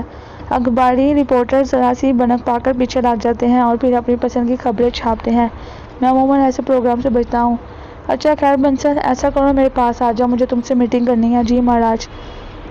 مختصر سی تفصیل بتا رہا ہوں تمہیں اس بارے میں، بنسل کمرشل میں جس لڑکی نے کام کیا ہے وہ اپنا پراسرار شخصیت کی مالک ہے۔ میرا سالا شیوراج لندن میں ڈاکٹری کرتا ہے، بڑا مشہور آدمی ہے، سہارنپور کے بڑے جاگیردار گربچن سنگھ نے اسے اپنے بھائی کے علاج کے لیے بلایا تھا، لیکن یہ علاج سترانی نے اس کے بھائی کو جھوٹا پانی پلا کر کیا۔ میں تمہیں پوری تفصیل بتاتا ہوں، ستیہ جیت کمار نے کہا، اور پھر جو کچھ ڈاکٹر شیوراج نے اسے بتایا تھا وہ شروع سے لے کر اس کمرشل تک ستیہ جیت کمار نے بنسل کو بتا دیا۔ بنسل منہ کھول کر رہ گیا۔ ڈاکٹر شیوراج اس لڑکی کے حصول کے لیے پاگل ہو رہا ہے، کوئی عشق و محبت والی بات نہیں ہے، بلکہ اس لڑکی کو لندن لے جا کر اس پر تجربات کرنا چاہتا ہے، لندن کے رئیسوں کا علاج کرنا چاہتا ہے۔ ظاہر ہے مقصد کروڑوں پاؤنڈ کمانا ہے۔ میں ان کروڑوں پاؤنڈ کے چکروں میں نہیں ہوں، لیکن تم جانتے ہو ہمارے دشمنوں کی تعداد دوستوں سے کہیں زیادہ ہے، اس لیے اگر ہم اپنا یہ مہرا استعمال کریں تو سمجھ لو کہ وہ بڑا ہو جائے گا۔ اس خوبصورت لڑکی کو ہم اپنے ساتھیوں کے لیے چارہ بنائیں گے، میرا مطلب ہے اس کے لیے جو حسن پرست اور ہماری بدترین دشمن ہے۔ دیکھو بنسل، سیاست میں رحم، ہمدردی اور محبت کی کوئی گنجائش نہیں ہوتی۔ اپنے مقصد کا اصول سب سے پہلے، اس کے بعد اور کچھ اور۔ سمجھ رہے ہو نا میری بات؟ میرے کہنے کا مطلب یہ ہے کہ وشکنیاں ہمارے قبضے میں ہونی چاہیے۔ جمنا پار والی کوٹھی نمبر 126 اس کے لیے بہترین رہے گی۔ آس پاس جنگل بھی بکھرا ہوا ہے اور جنگل کی وہ رانی اس جنگل میں جی کر خوشی بھی محسوس کرے گی۔ بس ذرا اس کا خیال رکھنا پڑے گا، بلکہ میں سمجھتا ہوں کہ اس کے لیے ہمیں کچھ سپیروں کی خدمات بھی حاصل کرنی پڑیں گی تاکہ وہ اسے قابو میں رکھے۔ ہم اسے تربیت بھی دیں گے، ذرا دیکھیں تو صحیح کہ وہ ہے کیا۔ ویسے وہ کمرشل جس طرح بھی ہو سکے حاصل کر لو تاکہ ہم اسے بار بار دیکھیں اور اس کے بارے میں اندازہ قائم کر سکیں۔ جی مہاراج، مگر لڑکی کو حاصل کرنے کا ذریعہ کیا ہوگا؟ منصر، وہ ایک لڑکی ہے، اگر تم اس کے ساتھ ہی بجرنگی کو بھی قبضے میں کر لو تو اور آسانی رہے گی۔ ہم دونوں کو کوئی نقصان نہیں پہنچائیں گے، یہ دیکھیں گے کہ وہ خود کس انداز میں جینا چاہتے ہیں، ہم ان کے لیے جینے کا وہی سامان پیدا کر دیں گے تاکہ وہ ہمارے قابو میں رہیں۔ اوشیہ مہاراج، اوشیہ، میں نے تمہیں پوری تفصیل بتا دی ہے، ہم اس کے ذریعے بہت بڑے بڑے کام کریں گے، کیا سمجھے؟ جی مہاراج، میں تمہیں ایک بات بتاؤں، تم یوں کرو کہ پتہ تو چل ہی گیا ہے کہ اس لڑکی کا تعلق کیرولین سے ہے، تم اپنے آدمیوں کے ذریعے یہ معلوم کرو کہ یہ لڑکی رہتی کہاں ہے، کیرولین نے اسے اپنے قبضے میں رکھا ہے یا اس کے لیے کوئی اور جگہ بنائی گئی ہے۔ تمہیں شروع میں اسے طاقت کے ذریعے قابو میں کرنا ہے، بعد میں ہم دیکھیں گے کس طرح ہم اس کی مدد حاصل کر سکتے ہیں، سمجھ رہے ہو نا؟ جی مہاراج، اب چنتا نہ کریں، آپ کا داس ہمیشہ کی طرح آپ کو یہاں بھی مایوس نہیں کرے گا۔ ارے جانتے ہیں نا ہم، یہ بات ابھی تو تم سے بات کر رہے ہیں اور تمہیں اپنے من کی ساری باتیں بتا رہے ہیں، ستیہ جیت کمار نے کہا اور بنسل پرخیال انداز میں گردن ہلانے لگا۔ ستیہ جیت کمار پرخیال نگاہوں سے منصر کو دیکھ رہا تھا، پھر اس نے کہا، ویسے منصر، یہ ہماری زندگی کا بڑا عجیب تجربہ ہوگا، اصل میں ڈاکٹر شیوراج اس کے لیے اتنا سرگرم عمل نہ ہوتا تو میں تھوڑا سا انتظار کر لیتا۔ ڈاکٹر ایک لمبے عرصے سے اس لڑکی کو حاصل کرنے کے لیے سرگرداں ہے اور اس سلسلے میں ہر طرح کی مجرمانہ کارروائی کرنے کے لیے تیار ہے۔ میں چاہتا ہوں کہ اس سے پہلے وہ کوئی قدم اٹھا لے، ہمیں اس لڑکی کو اپنے قبضے میں کر لینا ہے۔ اور آخری بات میں تمہیں یہ بھی بتا دوں، جتنی معلومات مجھے اس کے بارے میں ہوئی ہیں، اس سے مجھے اندازہ ہو جاتا ہے کہ وہ لڑکی صرف ایک ماڈل نہیں بلکہ ایک پراسرار وجود ہے، اس کی آنکھوں میں سحر، ہونٹوں میں وش ہے۔ تمہیں کہیں چونکنا نہیں ہے، جب اس پر ہاتھ ڈالو تو ان تمام باتوں کو ذہن میں رکھ کر ہاتھ ڈالنا، آپ کا داس ایسا ہی کرے گا۔ ویسے آپ نے جمنا پار والی کوٹھی کے چوکیدار وغیرہ کو ہوشیار کر دیا ہے تاکہ جب ہم وہاں پہنچیں ہمیں پوری توجہ دی جائے، اس کی تم فکر مت کرو، یہ اطلاع فوراً اس تک پہنچ جائے گی۔ ٹھیک ہے مہاراج، ہمیں آگیا دیں، منصر نے کہا اور اس کے بعد اس نے واپسی کی اجازت مانگ لی۔ سب کچھ کیرولین کی توقع کے مطابق ہوا تھا۔ اس کمرشل کی دوم مچ گئی تھی، سیٹ منڈی والا کیرولین کے آگے پیچھے گھوم رہا تھا، وہ اس بات پر بزید تھا کہ اس کے اگلے کمرشل کے لیے کیرولین منہ مانگی قیمت پر اس ماڈل کو بک کر لے، لیکن کیرولین نے اس کی ایک بات نہیں سنی تھی۔ دوسری طرف گوتم داس نے پیشکش کر دی تھی کہ اگلے کمرشل کے لیے جو بڑے سے بڑا معاوضہ آفر کیا جائے اسے 1.25 گنا کر کے کیرولین سیٹ سے وصول کر لے، لیکن کیرولین نے اس سے بھی صاف کہہ دیا تھا کہ وہ کوئی پیشکش قبول نہیں کرے گی۔ اس کے علاوہ کیرولین کو کئی جگہ سے بڑی بڑی آفر وصول ہو رہی تھی، اس نے غور کرنے کا وعدہ کر لیا تھا، گویا سترانی کے بارے میں اس نے جو کچھ سوچا تھا وہ اس کی تکمیل ہو رہی تھی، اور سترانی یا بجرنگی کیرولین کے لیے بہت بڑی حیثیتیں تیار کر گئے تھے۔ پھر ایک دن کیرولین کو فون وصول ہوا اور اس فون میں اس سے کہا گیا کہ جو تصویر و اشتہارات اخبار میں دیے گئے ہیں ان کے بارے میں بات کرنی ہے۔ کیرولین نے فوراً اس بات پر توجہ دی اور بولی، جی کون صاحب ہے؟ میرا نام بابو رام سہائے ہے، میں بمبئی میں داور کھاڑی کے محلے سندر چال میں رہتا ہوں۔ تصویر والی بی بی کے بارے میں مجھے معلومات ہیں جی، آپ اگر مجھ سے ملنا چاہو تو داور کھاڑی کے محلے سندر چال میں آپ بابو رام سہائے کا گھر تلاش کر لیں، میں اسکول میں ماسٹر ہوں اور وہیں پڑھاتا ہوں۔ تصویر والی بی بی کو آپ اچھی طرح جانتے ہیں، کیا آپ کو اس کا نام بھی معلوم ہے؟ جی ہاں، رادھیکا ہی ہے اس کا نام۔ باقی اس کے بارے میں جو کچھ بھی جانتا ہوں وہ میں آپ کو ملاقات پر ہی بتا دوں گا۔ بات اصل میں یہ ہے کہ جی اگر آپ نے سچا اشتہار دیا ہے اور نام کی بات پکی کی ہے تو میں آپ سے میرے بغیر ٹیلی فون پر اور کوئی بات نہیں بتاؤں گا۔ بالکل ٹھیک ہے، آپ یہ بتائیے کہ آپ سے کب ملاقات کی جائے؟ میں بولا ہوں نا جی، آپ جیسے بولو، میں آپ کو دوبارہ فون کر دوں گا۔ میرے گھر میں تو فون نہیں ہے کیونکہ غریب آدمی ہوں، پر سڑک پر لگے ہوئے ڈبوں میں سے آپ کو دوبارہ فون کر سکتا ہوں۔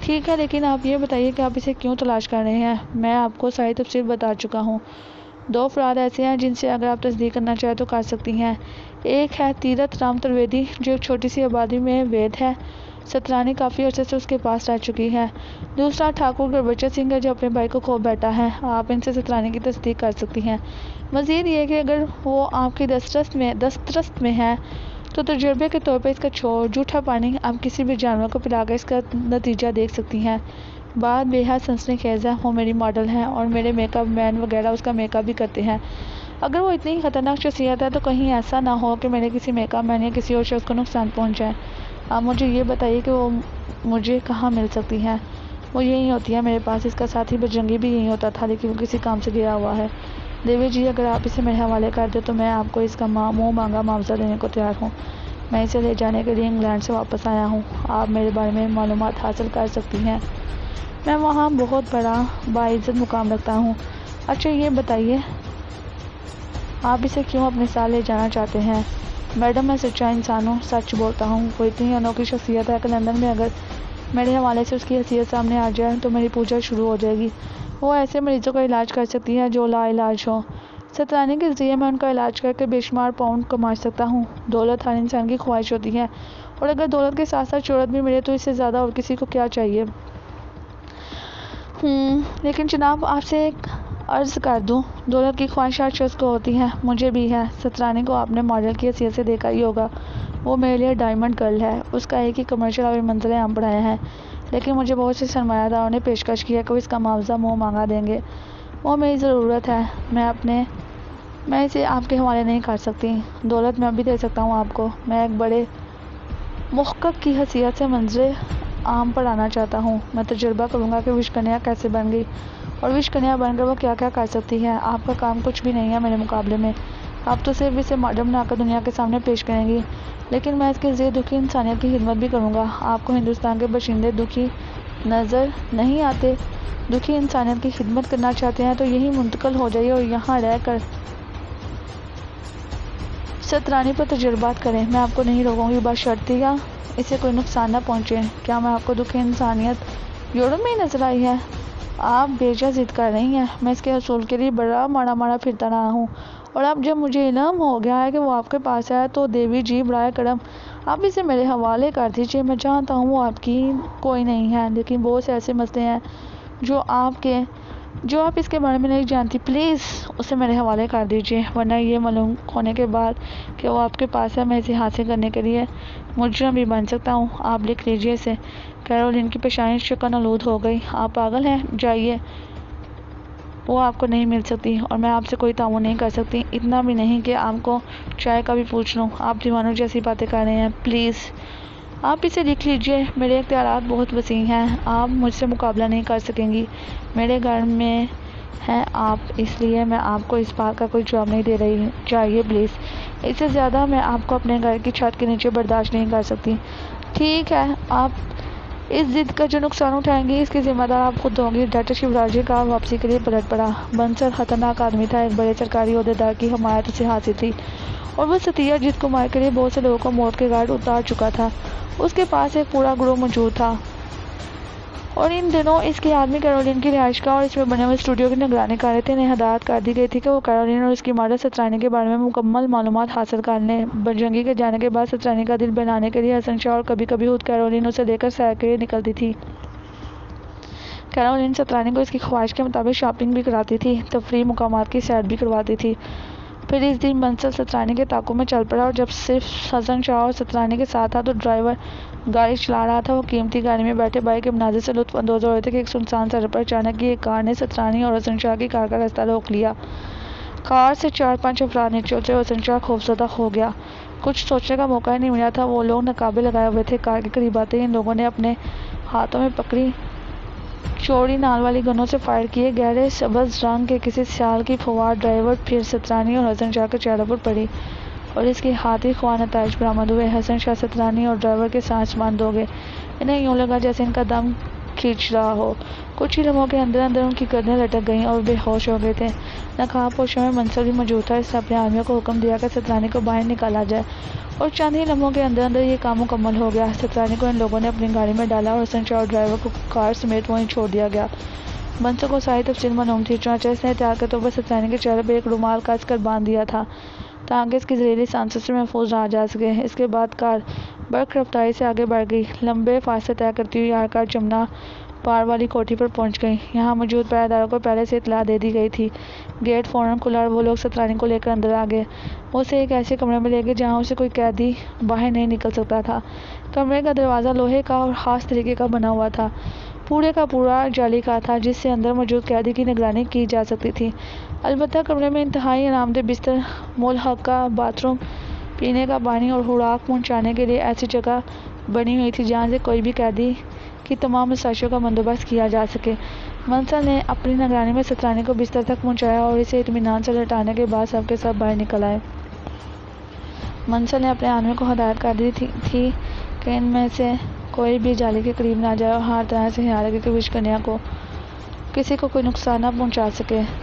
اس کے بعد منصور نے بڑے پرمسرت لہجے میں ستیہ اجیت کمار کو کام ہو جانے کی اطلاع دی۔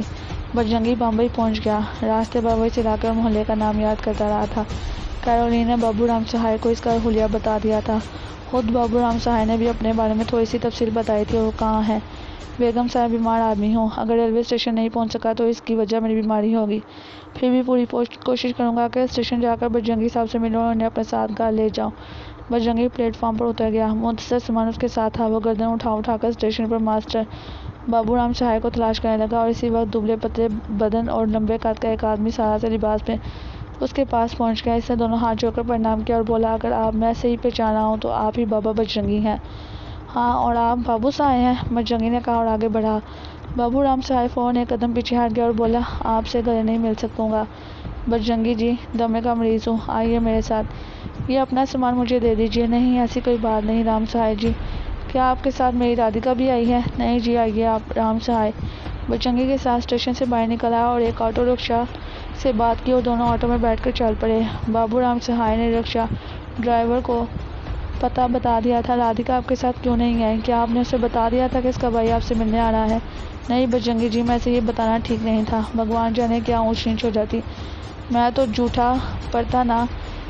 کسی کے من کو آس لگانا اور پھر آس کو توڑ دینا کوئی اچھی بات تو نہیں۔ آپ اس سے ملو گے تو خود ہی سنبھال لینا اسے، وہ اس وقت گھر میں ہوگی نا؟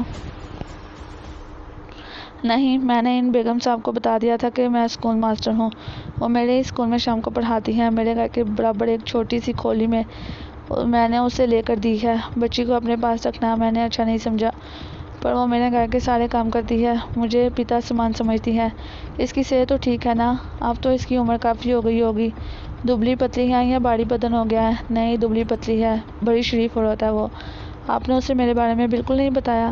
تھوڑا بہت بتایا تھا میں نے اسے، بلکہ اسے وہ تصویر دکھائی تھی جو آپ نے اخبار والوں کو دی تھی۔ اسے دیکھ کر وہ پھوٹ پھوٹ کر رو پڑی۔ میں نے بڑی تسلی دی، کہنے لگی وہ خود دلی چلے جاتی، پر میں نے اسے روکا اور کہا مجھ پر چھوڑ دے۔ بس بجرنگی جی، یہ بھگوان کی لیلا ہے، ایسا ہی کرتا ہے وہ، پر اپنوں کو ملاتا ضرور ہے۔ بجرنگی کی آنکھوں سے آنسو بہنے لگے۔ آٹو رکشا اپنا سفر طے کرتا رہا۔ کچھ دیر کے بعد وہ پسماندہ سے محلے میں داخل ہو گیا۔ ایک گھر کے سامنے رک کر بابو سہائے نے رکشا ڈرائیور کو پیسے دیے اور پھر بجرنگی کو ساتھ لے کر سامنے نظر آنے والے دروازے کا تالا کھول کر اندر داخل ہو گیا۔ بجرنگی نے گھر کے دونوں طرف نظر ڈالی۔ کھولیاں دور دور تک بنی ہوئی تھیں اور ان میں سے کون سی کھولی میں اس کی لاڈلی بہن رہتی ہے یہ نہیں معلوم تھا، تھوڑا سا ترددی سے ضرور ہوا تھا۔ بابو رام سہائے نے رادھیکا کو جب اتنا بتا دیا تھا تو تھوڑی سی تفصیل اور بتا دیتا۔ آج اسے اسکول کی چھٹی کرا دیتا۔ گھر میں داخل ہوتی اس نے پوچھا، شام کی پڑھائی کب ختم ہو جاتی ہے؟ 5 بجے تک، زیادہ انتظار نہیں کرنا پڑے گا، آپ آگے ہیں، آپ یہاں آرام کریں، میں خود ہی سے جا کر بلاتا ہوں۔ میں بھی آپ کے ساتھ اسکول چلتا ہوں ماسٹر صاحب، آپ کی بڑی کرپیا ہوگی۔ بجرنگی بولا، آپ آرام سے بیٹھے، مہمان ہیں میرے، کچھ جل پانی لیں، دیکھیے آپ کو معلوم ہے۔ ہاں، میں ابھی آیا، رام سہائے نے کہا اور ایک طرف بنی ہوئی رسوئی کی طرف بڑھ گیا۔ بجرنگی ایک تخت پر بیٹھ کر خشک ہونٹوں پر زبان پھیرنے لگا۔ اسے بابو رام سہائے پر غصہ آ رہا تھا کہ ایسا سست آدمی ہے۔ اس کی اپنی بہن ہوتی تو میں دیر تک اس طرح اطمینان سے سب کچھ کرتا، لیکن رادھیکا کے آنے تک انتظار کرنا ہی پڑے گا۔ اور اس علاقے کا مظاہرہ بھی کرنا پڑے گا، ورنہ اور کیا کر سکتا تھا۔ رام سہائے شربت کے 2 گلاس لے کر بجرنگی کے پاس پہنچ گیا۔ اس نے ایک گلاس بجرنگی کے ہاتھ میں دیا اور دوسرا خود لے کر تخت کے ایک اور کونے پر بیٹھ گیا۔ غریب لوگ ہیں جی، یہ محلہ بھی غریبوں کا ہے، پر بھگوان کی دیا سے سب ایک دوسرے سے پریم کرتے ہیں اور رادھیکا کو تو بڑی عزت ہے۔ یہاں پر سب لوگ اسے ماسٹر جی کہتے ہیں۔ محلے کے کچھ بچے بھی اس کے پاس پڑھنے کے لیے آ جاتے ہیں۔ بجرنگی نے شربت کا گلاس خالی کیا اور اسے تخت پر رکھتا ہوا بولا، بس ماسٹر صاحب، اب چلیے، اسے بلا کر لے آئیے۔ ابھی جاتا ہوں، ابھی آتا ہوں، ماسٹر رام سہائے نے بجرنگی کو غور سے دیکھتے ہوئے کہا، جس کے چہرے کا رنگ متغیر ہوتا جا رہا تھا۔ کچھ لمحوں کے بعد اس کی آنکھوں میں غنودگی آنے لگی اور پھر وہ تخت پر ڈیر ہو گیا۔ ماسٹر رام سہائے نے جلدی سے بجرنگی کو ہلا جلا کر دیکھا اور اس کے ہونٹوں پر مسکراہٹ پھیل گئی۔ لیجیے، آپ کا کام ہو گیا گووند داس جی، اپنا سامان سنبھالیے۔ یہ کہہ کر وہ جلدی سے دروازے کی طرف بڑھ گیا۔ دروازہ بند کر باہر سے کنڈی لگایا اور تیز تیز قدموں سے ایک سمت چل پڑا۔ حسن شاہ کو کار میں ہی ہوش آیا تھا۔ اس نے آنکھیں پھاڑ پھاڑ کر چاروں طرف دیکھا۔ کچھ دیر تک تو صورتحال سمجھ میں نہیں آئی، پھر ذہن جاگا تو اچھل پڑا۔ سامنے ہی ڈرائیور کل بلا رہا تھا۔ بے ہوش کرنے کے لیے جو محلول استعمال کیا گیا تھا، اس کا اثر شاید اتنی ہی دیر رہتا تھا۔ برابر نگاہ ڈالی تو سترانی موجود نہیں تھی۔ حسن شاہ کے ہوش اڑ گئے۔ جلدی سے دروازے کے ہینڈل کی طرف ہاتھ بڑھایا اور لڑکھڑاتے ہوئے بدن کو سنبھال کر نیچے اتر گیا۔ قرب و جوار میں کہیں بھی سترانی کا نام و نشان نہیں تھا۔ ایک لمحے میں اسے اندازہ ہو گیا کہ سترانی کو اغوا کر لیا گیا ہے۔ اس وقت ڈرائیور کی آواز سنائی دی، ڈاکو تھے صاحب، کیا لے گئے؟ حسن شاہ نے کوئی جواب نہیں دیا۔ ادھر ادھر کا جائزہ لے کر واپس کار میں بیٹھ گیا۔ چلو، اس نے بھاری آواز میں کہا۔ شاید اس وقت ڈرائیور کو سترانی کے موجود نہ ہونے کا احساس ہوا تو اس کے منہ سے بے اختیار نکلا، ارے میم صاحبہ کہاں گئی؟ چلو ڈرائیور۔ حسن شاہ کا دم گھٹا جا رہا تھا۔ ڈرائیور نے سنبھل کر کار سٹارٹ کی اور بولا، کیا وہ لوگ میم صاحبہ کو اپنے ساتھ لے گئے ہیں؟ ہاں، یہ تو اغوا کا کیس ہے۔ ڈرائیور نے اپنی ذہانت کا مظاہرہ کیا۔ حسن شاہ نے کوئی جواب نہیں دیا۔ وہ کیرولین کی کوٹھی پہنچا۔ کیرولین نے حیرانی سے اسے دیکھا اور اسے احساس ہو گیا کوئی خاص بات ہو گئی ہے۔ حسن شاہ نے ٹوٹے پھوٹے لہجے میں اسے تفصیل بتا دی۔ کیرولین کا رنگ فک ہو گیا، اس کے منہ سے بے اختیار نکلا، یہ کیا ہو گیا؟ میرا دل کہتا ہے میڈم، یہ ضرور منڈی والا کا کام ہے۔ منڈی والے کا کیوں؟ وہ بڑے چھوٹے ظرف کا مالک ہے، سترانی کو صرف اپنے کمرشل کے لیے وقف کرنا چاہتا ہے۔ ارے نہیں حسن شاہ، تم غلط سوچ رہے ہو، وہ ایک کامیاب بزنس مین ہے، ایسی بیوقوفی کا کوئی کام کبھی کر نہیں سکتا۔ سترانی کو اغوا کر کے وہ اسے کسی کمرشل میں شوٹ کیسے کر سکتا ہے؟ تو پھر میڈم، میں جانتی ہوں یہ کام کس نے کیا ہے۔ جانتی ہیں؟ ہاں، یہ حرکت ڈاکٹر شیوراج کی ہے، 100% ڈاکٹر شیوراج کی، لیکن میں اسے ایسا مزر چکھاؤں گی کہ زندگی بھر یاد رکھے گا۔ آپ جانتی ہیں وہ کہاں رہتا ہے؟ سب پتہ چل جائے گا، وہ بے وقوف، کیرولین غصے سے بولی۔ پھر اس نے فون پر کسی سے رابطہ قائم کیا اور ریسیور کان سے لگا لیا۔ رابطہ قائم ہونے پر بولی، جی ہارون بیگ صاحب، میں کیرولین بول رہی ہوں۔ جی وہی کیرولین۔ ہاں میں ٹھیک ہوں، آپ سے ایک ضروری کام آن پڑا ہے، لندن سے ایک شخص آیا ہوا ہے، ڈاکٹر شیوراج کے نام سے جانا جاتا ہے۔ جی ڈاکٹر شیوراج، اسے تلاش کر کے گرفتار کرنا ہے۔ آپ کے لیے مشکل نہیں ہے بیگ صاحب، اتنا نہ کر سکے تو پھر آپ کے محکمے کو قائم رہنے کی کیا ضرورت ہے؟ آپ کہیں تو چیف منسٹر صاحب سے آپ کو فون کرواؤں؟ جی ٹھیک ہے، انتظار کر رہی ہوں۔ کیرولین نے فون بند کر دیا۔ حسن شاہ کا چہرہ دیکھ رہا تھا۔ کیرولین نے کہا، محکمہ خفیہ کا اعلیٰ افسر تھا، میرے خیال میں پتہ چل جائے گا۔ حسن شاہ نے گردن ہلاتے ہوئے کہا، اس میں کوئی شک نہیں کہ ستیہ اجیت کمار کو بھی کیرولین کی پہنچ کا علم نہیں تھا۔ وقت تو لگا تھا، لیکن اس کے بعد کیرولین کا فون وصول ہوا تھا۔ میڈم کیرولین، آپ کے مجرم کو گرفتار کر لیا گیا ہے۔ بجرنگی کو ہوش آ گیا۔ یقینی طور پر شربت میں ایسی کوئی بے ہوش کرنے والی دوائی دی گئی تھی جس نے اس کے ہوش و حواس چھین لیے تھے، لیکن بابو رام سہائے نے ایسا کیوں کیا؟ ہوش میں آنے کے بعد بجرنگی دیر تک اپنی جگہ لیٹا انہی سوچوں میں گم رہا۔ پھر اچانک اسے خیال آیا، یہ وہ جگہ نہیں تھی جہاں بابو رام سہائے اسے لے کر آیا تھا۔ یہ جگہ تو بڑی عجیب سی تھی، بڑا سا گول کمرہ جس میں زمین پر بس ایک گدا بچھا ہوا تھا، ایک طرف پینے کے پانی کا برتن اور گلاس رکھا ہوا تھا، بس اس کے علاوہ وہاں کچھ نہیں تھا۔ وہ چھوٹا سا دروازہ بھی عام سائز کے دروازوں سے بہت مختلف تھا جو اس گول کمرے میں داخلے کا واحد رستہ معلوم ہوتا تھا، لیکن ایک اور حیرت ناک چیز تھی، اس کمرے کی کوئی چھت نہیں تھی، بلکہ وہ ایک مینار کی شکل میں بلندی تک چلا گیا تھا۔ یہ مینار نما عمارت کہاں سے آ گئی اور میں اس میں کیسے پہنچ گیا؟ بجرنگی اپنی جگہ سے اٹھ کر بیٹھ گیا۔ عمارت میں چھوٹے چھوٹے گول سوراخ یا روشن دان بنے ہوئے تھے، لیکن ان کا قطر 4 یا 5 فٹ سے زیادہ نہیں تھا، البتہ ان سے روشنی اور ہوا ضرور آتی تھی، اور یہ سوراخ اس طرح کے ایک دوسرے کے سامنے بنے ہوئے تھے کہ ان میں ہوا کی کراسنگ ہو سکے۔ پھر بجرنگی کو ایک عجیب سے شور کا احساس ہوا۔ یہ شور مستقل بلند ہو رہا تھا۔ بہت دیر تک وہ سوچتا رہا، لیکن اس کی سمجھ میں کچھ نہیں آیا۔ اصل میں یہ ایک لائٹ ہاؤس تھا، سمندر کے کنارے بنا ہوا لائٹ ہاؤس جس سے جہازوں کو ساحل کی روشنی دکھائی جاتی ہے، مگر برجنگی نے ایسی کوئی جگہ پہلے کبھی نہیں دیکھی تھی۔ بمبئی میں بھی وہ پہلی بار آیا تھا۔ ساری باتیں اپنی جگہ، لیکن یہ سمجھ میں نہیں آ سکا تھا کہ آخر اس طرح کیوں بلایا گیا اور پھر اس کے ساتھ یہ سلوک کیوں کیا گیا۔ کیا بابو رام سہائے کوئی غلط شخص تھا؟ بہت دیر تک وہ اپنی جگہ لیٹا ان باتوں کو سوچتا رہا، لیکن اس کے ذہن میں کوئی حل نہیں آیا۔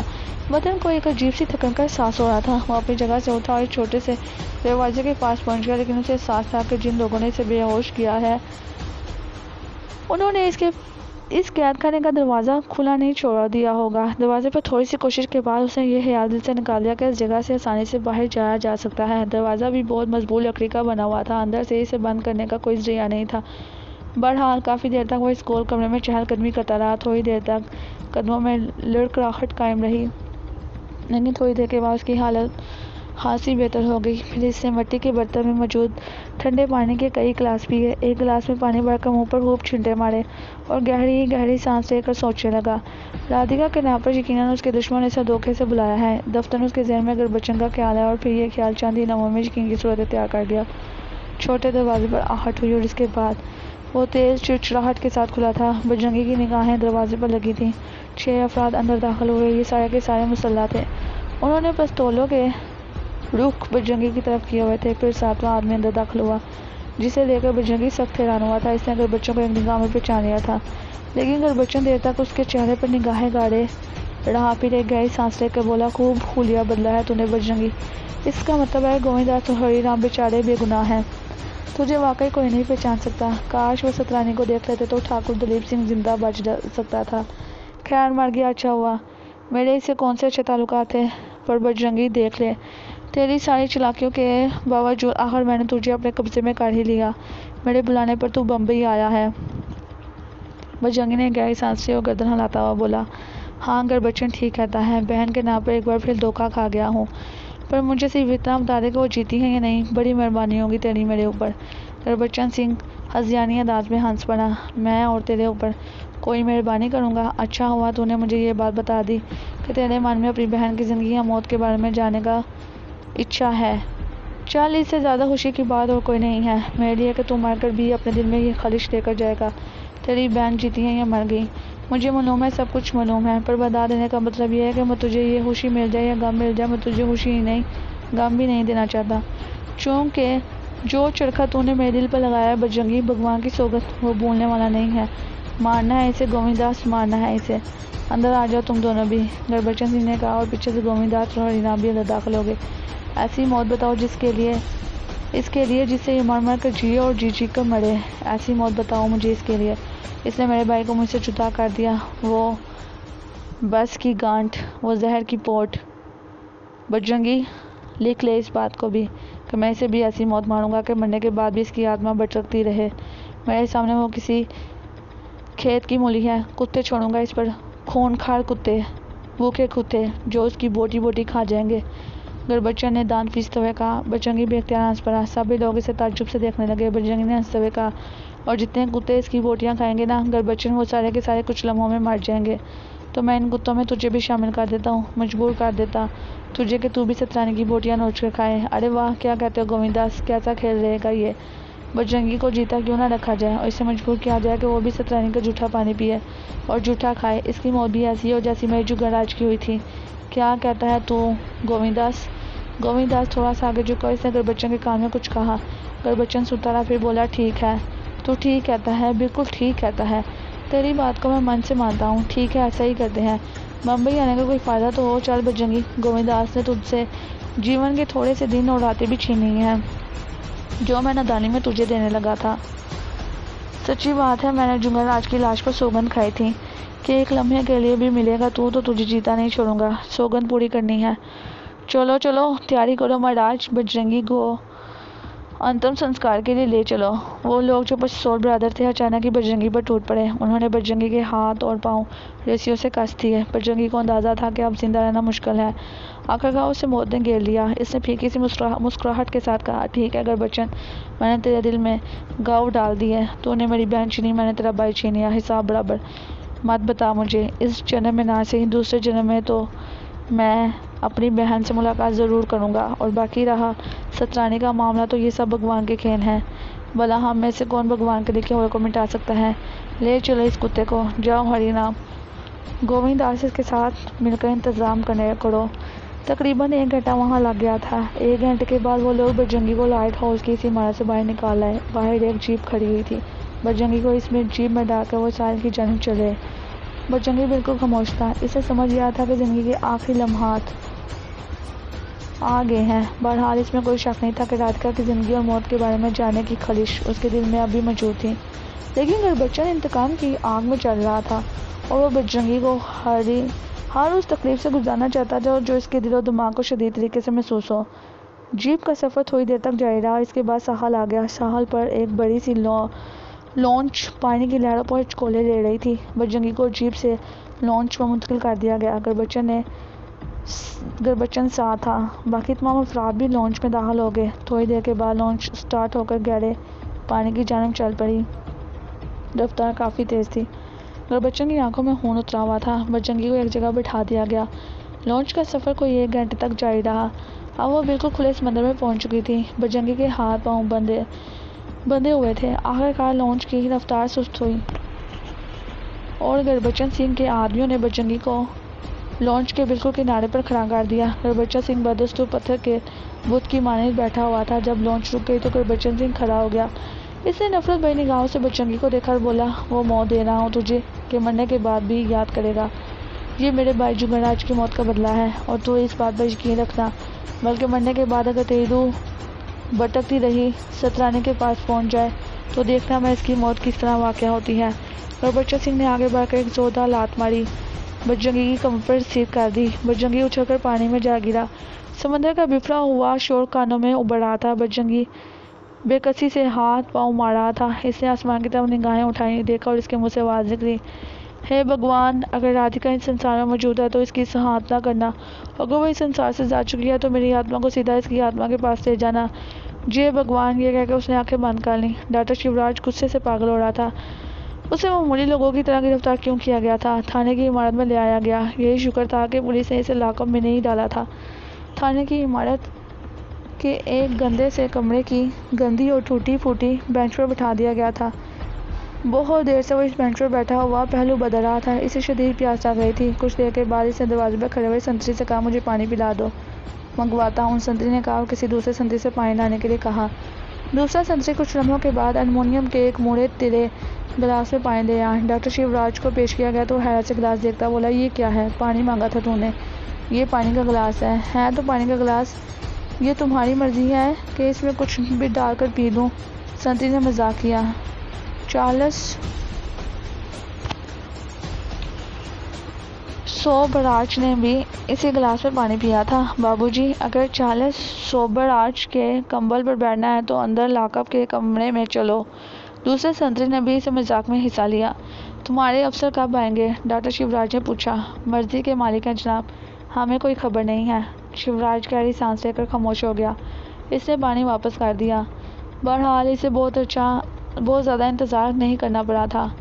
کچھ دیر کے بعد اسے ایس ایچ او کے آفس میں لے جایا گیا، جہاں خفیہ پولیس کا ایک بڑا افسر ہارون بیگ موجود تھا۔ تھانے کا ایک اسپائی الرٹ تھا۔ ڈاکٹر شیوراج کو ایک کرسی پر بیٹھنے کا حکم دیا گیا۔ ہارون بیگ نے ڈاکٹر شیوراج کو غور سے دیکھتے ہوئے کہا، آپ لندن سے آئے ہیں؟ کیا میرا یہی جرم ہے جس کی وجہ سے مجھے گرفتار کیا گیا ہے؟ شیوراج نے غصے سے کہا، براہ کرم صرف جواب دہ سوال نہ کریں۔ ٹھیک کہتے ہیں، میں اپنے وطن کی پولیس کو جانتا ہوں۔ جی ہاں، میں لندن سے آیا ہوں اور وہیں کا سٹیزن ہوں۔ پورے یورپ میں میری شہرت ہے، میں وہاں کے اعلیٰ ترین ڈاکٹروں میں شمار ہوتا ہوں۔ میں نہیں جانتا کہ آپ نے مجھے کیوں گرفتار کیا ہے، لیکن یہ سمجھ لیجیے آپ کو برٹش ایمبیسی کو جواب دینا پڑے گا۔ ہم نہیں جانتے ایک صاحب اثر خاتون نے آپ کی گرفتاری کی استدعا کی ہے۔ وہ شاید وہ آ گئی ہیں، ہارون بیگ نے سائڈ کی کھڑکی سے باہر دیکھتے ہوئے کہا، جہاں سے عمارت کا بیرونی منظر نظر آتا تھا۔ وہاں کیرولین کی خوبصورت کار آ رکی تھی۔ اس سے 2 مسلح محافظ نیچے اترے اور ان کے دروازے کھلنے پر کیرولین حسن شاہ کے ساتھ نیچے اتر آئی۔ کچھ لمحوں کے بعد حسن شاہ اور کیرولین اندر داخل ہو گئے۔ ان کا خیر مقدم کیا گیا۔ شیوراج حیرت سے آنکھیں پھاڑے کیرولین کو دیکھ رہا تھا۔ پھر اس نے ہارون بیگ کو دیکھتے ہوئے کہا، کیا ان خاتون نے میری گرفتاری کی استدعا کی ہے؟ جی ہاں۔ کیوں؟ ڈاکٹر شیوراج شدید حیرت سے بولا۔ اداکاری مت کرو ڈاکٹر شیوراج، یہ بتاؤ سترانی کہاں ہے؟ آپ شاید پاگل ہو گئی ہیں، مجھ سے یہ فضول سوال کیوں کر رہی ہیں؟ بیگ صاحب، اس شخص کے خلاف میری درخواست لکھیے، اس نے انتہائی مجرمانہ طریقے سے میری ایک قیمتی ماڈل کو اغوا کیا ہے۔ آپ کا دماغ خراب ہو گیا کیا؟ ڈاکٹر شیوراج غصے سے کھڑا ہو گیا۔ مسٹر شیوراج، دماغ آپ کا خراب ہو گیا ہے، آپ اعلیٰ افسران کے سامنے ایک معزز خاتون سے بدتمیزی کر رہے ہیں، تھانہ انچارج نے کرخت لہجے میں کہا۔